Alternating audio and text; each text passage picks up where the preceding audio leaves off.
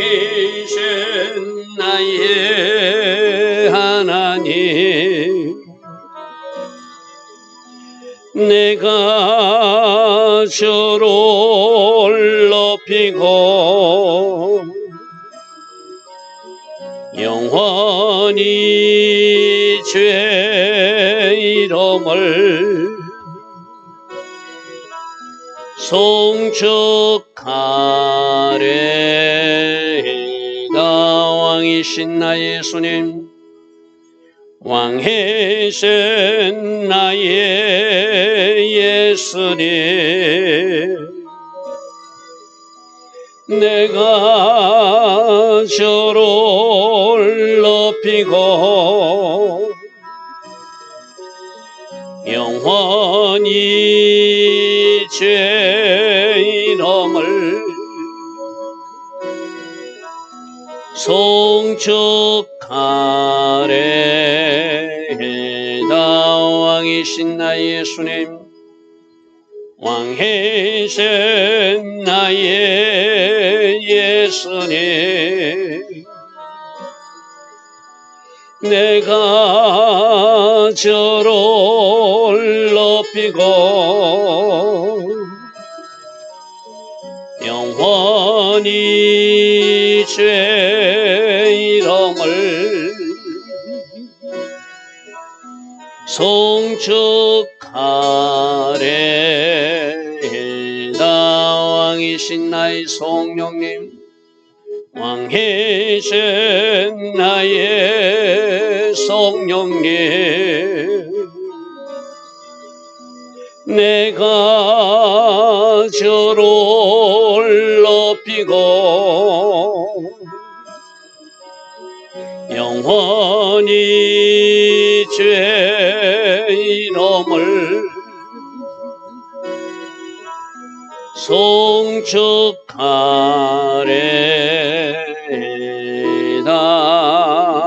아멘. 좋으신 아버지 하나님, 복된 주일 새벽입니다. 오늘도 새벽에 일어나 하나님을 예배하는 주의 백성들을 기억하여 주시고 저들이 기도에 응답하여 주시며 오늘 저들에게 필요한 그 은혜, 오늘 저들에게 필요한 그 말씀, 오늘 저들에게 필요한 그 기름 부음으로 축복해 주셔서 한 주간 승리하는 주의 자녀들 다 되게 하옵소서. 새벽부터 주일 낮 예배, 주일 저녁 예배까지 예배로 온 마음과 온 정성을 표하는 우리 모두 되기를 원합니다. 그 어떤 일로도 사람으로도 방해받지 않는 주의 자녀들로 성령님 인도하여 주셔서 하나님께 영광 돌리는 우리 모두 되게 하옵소서. 오늘도 하나님 계획하신 그 복된 하루로, 아름다운 하루로 우리 모두를 인도하여 주실 줄 믿사옵고 예수와 하마시아 이름으로 감사하며 기도드리옵나이다. 아멘. 복된 주일 새벽입니다. 오늘도 새벽에 일어나 하나님을 예배하는 여러분들 축복합니다. 자, 오늘은 사무엘하 15장 압살롬이 드디어 다윗 왕을 몰아내고 자기가 왕이 되겠다고 선언하는 그 반역 사건입니다. 자, 15장 1절에 보니까 그 후에 자, 시기적으로 한번 정리를 해봅시다. 자기 누이 다말이 성적으로 자기 오빠에게 어떤 일을 당했어요. 2년 동안 기다렸다가 양털 깎는 일을 핑계 삼아서 그 암노를 자기 잔치에 오게 해가지고 죽여버리죠. 그게 2년이었죠. 그죠? 그리고 자기 애가 집으로 도망가서 3년 있다가 요압 장군이 중재로 어정쩡한 화해로, 불완전한 화해로 예루살렘으로는 돌아오지만 다윗 왕을 만나지 못하고 또 2년이라는 시간이 지납니다. 그죠? 아버지 얼굴을 보지 못한 5년 동안 불만이 쌓인 거예요. 그죠? 이제 겨우겨우 뭐 하나님의 방법이 아닌 인간적인 방법으로 아버지 다윗과 화해하는 것 같지만 이 압살롬은 자기 나름대로 계획이 있었던 거예요. 그 후에 압살롬이 자기를 위하여 자기 목적을 위하여 자기 주변에 병과 만대를 준비하고 호위병도 준비하는 이상한 행동을 하기 시작했다는 것이죠. 자기를 위하여 뭔가 계획이 있다는 겁니다. 병거도 준비하고 말들도 준비하고 자기 주변에 호위병 50명도 다니고 다니면서 자기 왕인 것처럼, 다음 왕은 나인 것처럼 자기가 그렇게 행동도 하고, 또 사람들이 마음을 사기 위해서 자기가 재판을 해주는 그런 역할도 감당하고, 이렇게 이스라엘 백성들이 마음을 얻기 시작하는 그런 행동을 시작합니다. 그래서 2절에 압살롬이 일찍 일어나 성읍길 곁에 서서 어떤 사람이든지 송사가 있어서 왕에게 재판을 청하러 올 때 그 사람을 불러 너는 어느 성읍 사람이냐? 그러면 나는 어느 지파에 속합니다고 그들하고 자꾸 얼굴을 맞대면서 그들이 원하는 것을 해주는, 이렇게 일종의 사람들이 마음을 사기 위해서 나름대로 노력하는 모습이라고 할 수 있겠죠. 그러면서 3절에 압살롬이 그에게 이르기를 보라, 내 일이 옳고 바르더만은 내 송사를 들을 사람을 왕께서 세우지 않았다. 언거느니 다윗 왕이 뭔가 잘못하고 있음을 비난하고 있습니다. 사람들을 만나가지고 지금 압살롬은 누구를 높여야 돼? 다윗 왕을 높여주고 다윗 왕을 잘하는 것을 선전해 줘야 되는 입장인데, 이제 이 친구의 마음속에 반역의 마음이 있으니까 현재의 왕, 자기 아버지인 그 다윗 왕이 뭔가 잘못하고 있는 것처럼 자꾸 백성들에게 말한 거. 네가 이거 옳은 일을 하고 있는데 이 일을 재판해 줄 사람을 누가 안 세웠다는 거요? 왕이 세우지 않아서 네가 이런 억울한 일을 당하고 있구나. 누가 잘못됐다는 것이죠? 다윗 왕이 잘못됐다는 거. 그래서 압살롬이 이르기를 내가 이 땅에서 재판관이 되고 누구든지 송사나 재판할 일이 있으면 내게로 오는 자에게 내가 정의를 베풀기로 한다. 재판받을 일 있으면 그러면 왕이 사람을 세우지 않았으니까 너희들 헤매지 말고 나에게 찾아오라. 내가 바르게 판단해 주겠다 해가지고 이제 사람들 인심을 얻기 위해서 뭔가 자기 나름대로의 계획을 이루어가는 모습이에요. 그래서 사람이 가까이 와서 그에게 절하려고 하면 왕자니까 이제 예의를 표하겠죠. 압살롬이 손을 펴서 그 사람을 붙들고 그에게 입을 맞추면서 친근함을 표시하면서 한 사람 한 사람 포섭한다고 그럴까요? 백성들의 마음을 사기 위해서 뭔가 이게 자기를 위하여 군대도 호위병도 두고 백성들 앞에 나가서 뭔가 자기가 옳은 재판을 해주는 척하고 그들을 위하는 어떤 행위를 하면서 그 백성들의 마음을 얻고, 다윗 왕과는 그 백성과 자꾸 거리를 두기 위해서 다윗 왕은 비난하고 잘못됐다고 그러고 그 왕이 뭔가 잘못하고 있다고 그렇게 하는 이 아들 압살롬의 모습입니다. 자, 6절. 이스라엘 무리 중에서 왕께 재판을 청하러 오는 자들마다 압살롬의 행함이 이와 같아서, 왕에게 오면은 왕이 너희들에게 마땅히 세울 사람이 없었다. 그러면 내가 재판해 줄게 하고 그들이 듣기 좋은, 요즘으로 하는 듣기 좋은 소리, 뭐 교회로 말하면은 회개하시오 이런 설교보다 많이 힘드시죠. 당신을 반드시 하나님이 축복하실 것입니다 하고 이런 메시지만 전하는 그런 어떤 일처럼 압살롬도 그랬다는 거예요. 야단칠 거 야단치지 않고 그냥 무조건 자기 편 만들기 위해서, 인심을 얻기 위해서 그 재판을 하려고 했다는 거예요. 그러니까 이스라엘 사람들의 마음이 점점 압살롬으로 기울어서 그들의 마음을 훔치는. 자, 여기서 우리 하나 잘 생각해 봅시다. 사람들의 마음을 훔쳐서 사람들을 자기 편 만드는 것도 뭐 어쩌면은 필요할까요? 그러나 누구의 마음을 얻어야 되죠? 지금 내가 하고 있는 일이 하나님 마음에 합한 것인지, 내가 지금 하고 있는 말과 행동이 하나님 마음을 얻을 수 있는 말과 행동인지 우리는 항상 그걸 생각해 봐야 되죠. 사람들이 듣기 좋은 소리, 사람들이 듣기 좋은 설교, 사람들이 듣기 좋은 것, 사람을 기쁘게 하면 하나님이 종이 아니라고 그랬어요. 그죠? 하나님을 어떻게 하면 기쁘시게 할 것인가? 내가 지금 하고 있는 일이 하나님을 기쁘시게 해서 하나님의 마음을 얻는 일인지, 하나님은 슬퍼하시고 하나님은 진노하실 일을 행하면서 사람들의 마음만 훔치고 있는, 사람들의 마음만 얻고자 하는 일인지, 오늘 이 본문 속에서 우리 또 한번 살펴봐야 되죠. 압살롬은 뭐 했다고요? 이스라엘 사람들의 마음을 훔치는, 그들에게 뭔가 듣기 좋은 소리를 하고 입을 맞춰주고 그들이 필요한 것을 또 대신 뭔가 해결해 주면서 그들을 자기 편으로 만드는 그런 압살롬. 왜 이렇게 하죠? 다윗 왕과 백성을 분리시키고 자기가 장차 왕이 되고자 하는 욕심에서 뭔가 하나씩 진행해 나가는 것이죠. 자, 아까 2년 만에 복수했습니다. 3년 동안 도망가 있었습니다. 돌아와서 연금 생활하듯이 2년 있다가 겨우 다윗을 만났습니다. 자, 4년 만에 압살롬이 왕께 이르되 내가 여호와께 서운한 것이 있는데 청하건대 내가 헤브론에 가서 그 서운을 이루게 하소서. 이 헤브론에 지금 누가 있죠? 헤브론에 아브람, 그리고 이삭, 야곱 등 민족의 성지 같은 곳이에요. 그리고 이 헤브론에서 지금 다윗이 처음으로 왕의 기름부를 받았던 그 장소잖아요. 이 친구는 지금 헤브론에 가서 아버지가 처음으로 왕으로 기름 붓던 그 장소에서 자기가 이스라엘 왕이 되었다고 선포하고 싶은 거예요. 그래서 지금 하나님 앞에 서운한 것, 하나님 앞에 제사할 것을 핑계대면서 거짓말하고 가는 거예요. 그러면서 8절에 당신의 종이 아람 구술에 있을 때, 즉 애가집에 있을 때 내가 서운하기를 만일 여호와께서 나를 예루살렘으로 돌아가게 하시면은 내가 여호와 앞에 제사를 드리겠다고, 감사 제사를 드리겠다고 내가 서운한 것이 있는데 이제 가서 헤브론에 가서 제사를 드리고 싶다는 거예요.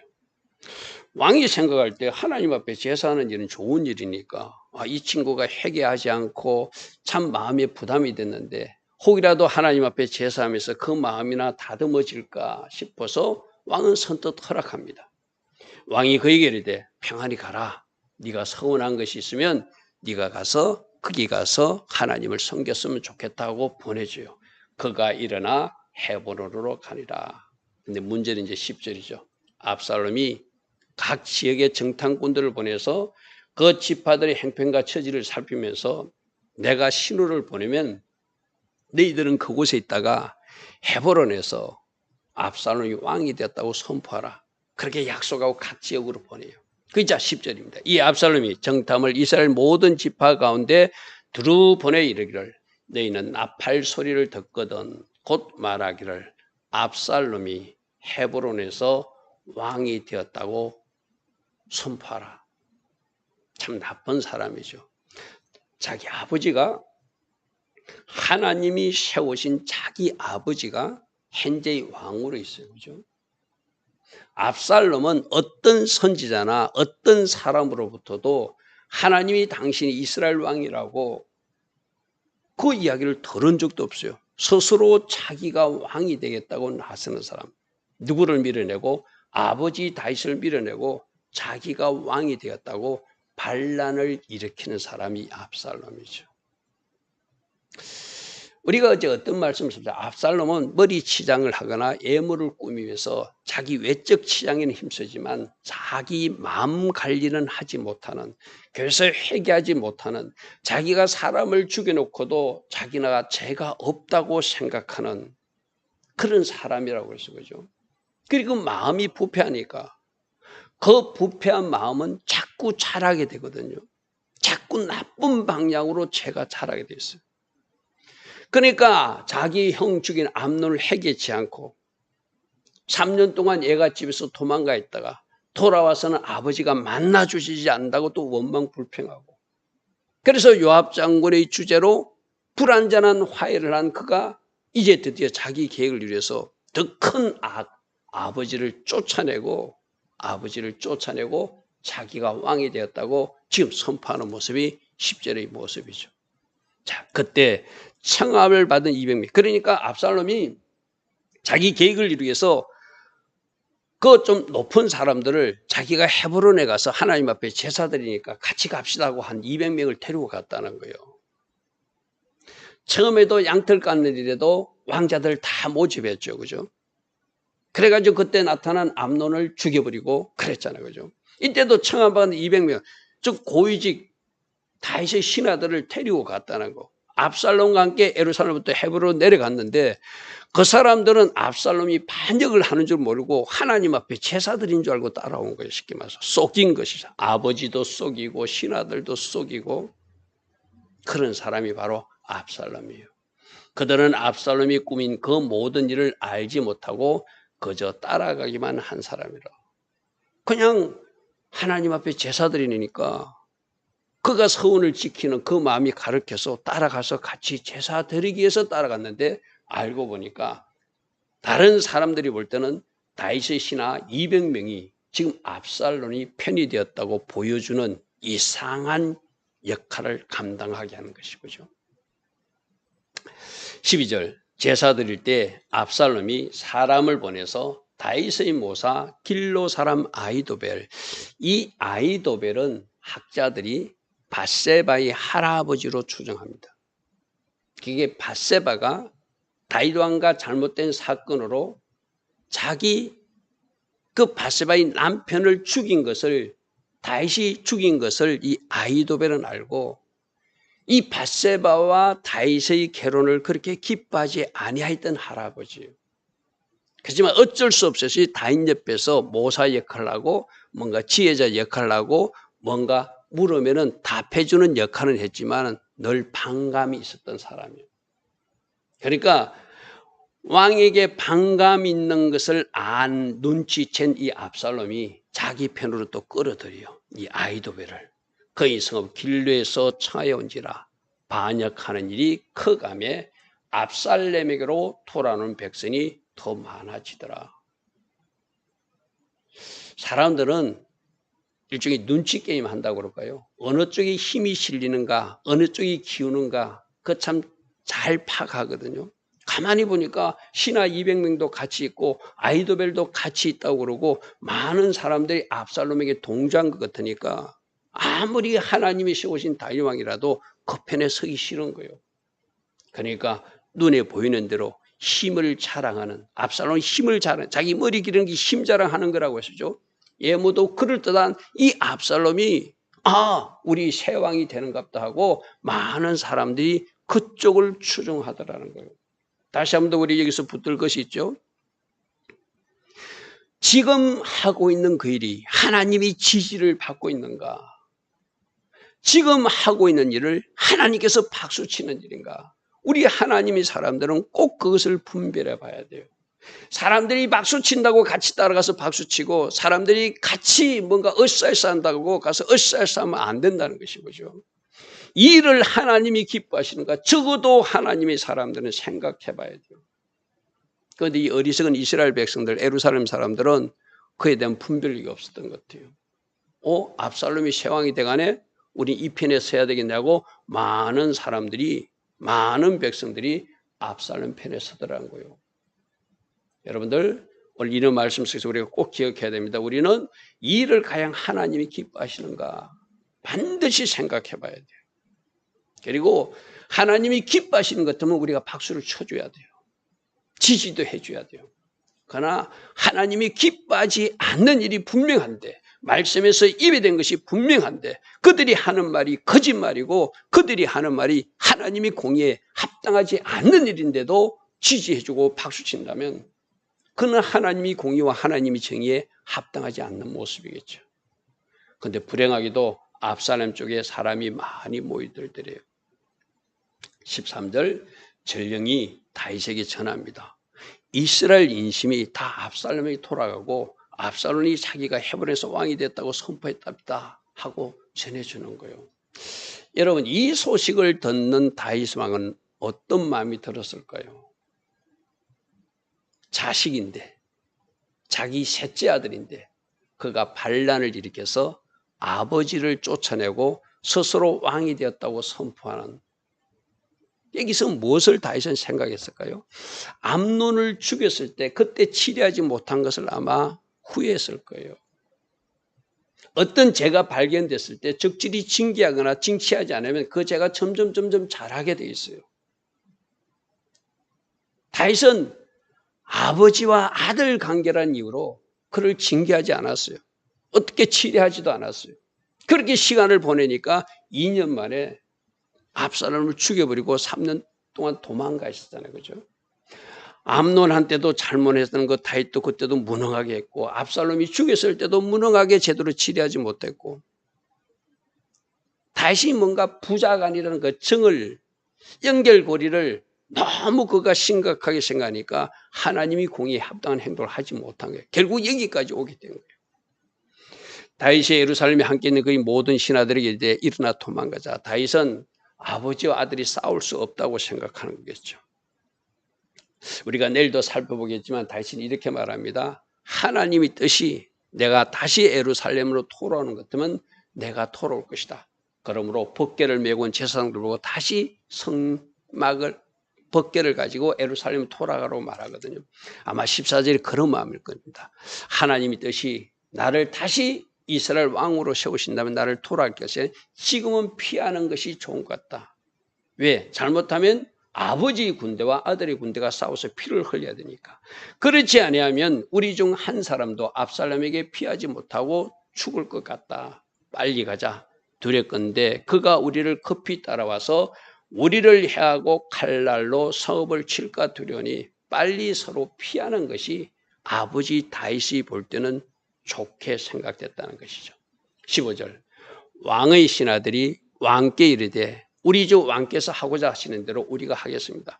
그 주변에 있던 신하들은 우리는 당신이 종이니 당신이 하자는 대로 왕이 하자는 대로 하겠습니다. 그렇게 말합니다. 그런데 16절에 왕이 나갈 때 그 가족들은 압살롬이 죽일까 봐, 왜 배다른 동생 데리고 하니까 또 죽여서 나쁜 짓을 할까 봐 다 데려가지만 후궁 10명은 왕이 남겨두어 왕궁을 지키게 합니다. 왕이 생각할 때 자기가 다시 예루살렘으로 하나님 뜻이면 돌아올 수 있다고 생각하는 거예요. 그래서 그 왕궁을 관리하고 하게끔 후궁 10명을 남겨둬요. 이 후궁 10명은 여자들이니까 해하지 않을 것이다. 그런데 이 후궁 10명을 남겨두는 일이 나단이 예언했잖아요. 너는 엄밀히 성적인 범죄를 범했지만 밧세바와 그 일을 했지만 네 아내들은 네 여자들은 백주의 다른 사람과 동침하게 될 것이다. 이 남겨준 10명을 이 잘못된 아들 압살롬이 백주에 동침하는 사건이 일어나요. 그렇게 하라고 나쁜 지혜를 준 사람이 아까 그 아히도벨이에요. 압살롬 주변에서 반역에 도움했던 아히도벨이 그런 나쁜 책략을 줘가지고 후궁 10명하고 잠자리를 같이 하는 일들이 나단의 예언대로 일어나게 됩니다. 17절 왕이 나가며 모든 백성이 다 따라서 벤메르하게 이르매 저기는 다윗의 별궁으로 알려져 있습니다. 그쪽에 도착해 멈췄으니 그의 모든 신하들이 그의 곁으로 지나가고 그렛 사람과 블렛 사람과 가데손 600명도 왕 앞에 같이 행진하면서 지금 이제 감람산을 넘어서 도망가는 모습입니다. 자, 오늘 말씀 속에서 우리는 무엇을 깨닫게 됩니까? 작은 죄를 방치하고 치료하지 못하면 제대로 징계하지 못한 그 죄가 자라서 더 큰 악을 범한다는 것을 이 압살롬의 모습 속에서 보게 돼요. 압살롬은 하나님의 마음을 얻는 일에 노력하지 않고 사람의 마음을 얻기 위해서 인간적 지혜로 참 나쁜 행동 등을 하고 있는 모습도 보게 돼요. 우리는 어떻게 해야 된다고요? 하나님 마음에 합하도록 하나님 마음을 얻도록 노력해야지 사람의 마음을 얻고자 하나님 마음을 아프게 하는 일을 하면 안 되겠죠. 또 많은 백성들이 압살롬 편으로 돌아왔대요.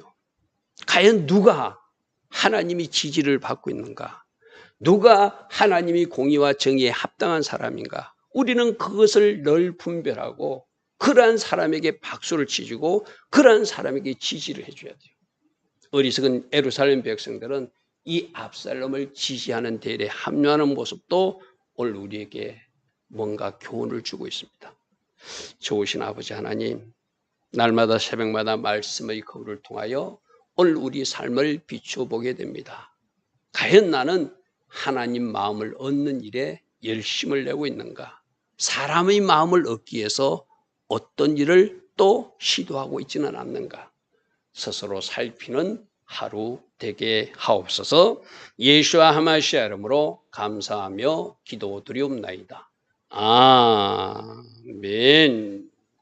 지금은 우리 주 예수 그리스도의 크신 은혜와 하나님 아버지의 영원하신 사랑과 성령 하나님 오늘도 우리 안에서 내주하시며 늘 성령으로 초명하여 주심으로 하나님 기쁜 길을 걸어갈 수 있는 그 은혜 내려주신 그 축복이 오늘도 새벽에 일어나 하나님을 예배하며 복된 주일을 시작하는 주의 자녀들 머리머리 위에 오늘도 주일 낮 예배와 주일 저녁 예배로 영광 돌릴 이 땅의 모든 교회와 모든 성도님들 위해 지금부터 영원토록 영원히 함께하여 주시기를 간절히 축원하옵나이다. 아멘.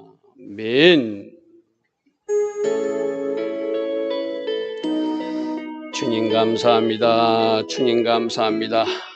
압살롬의 반역, 하나님의 공의와 하나님의 정의에 합하지 않는 모습입니다. 우리가 작은 죄를 방치함으로 그 죄가 자라게 하는 영역은 없는지 살피기를 원합니다. 우리는 하나님이 지시하는 그 영역을 지시하고 있는지 우리들 자신을 살피는 또 하루도 되기를 원합니다. 늘 말씀의 걸로 우리들 자신을 비추어보는 우리 모두 되게 하옵소서. 주님 감사합니다. 주님 감사합니다.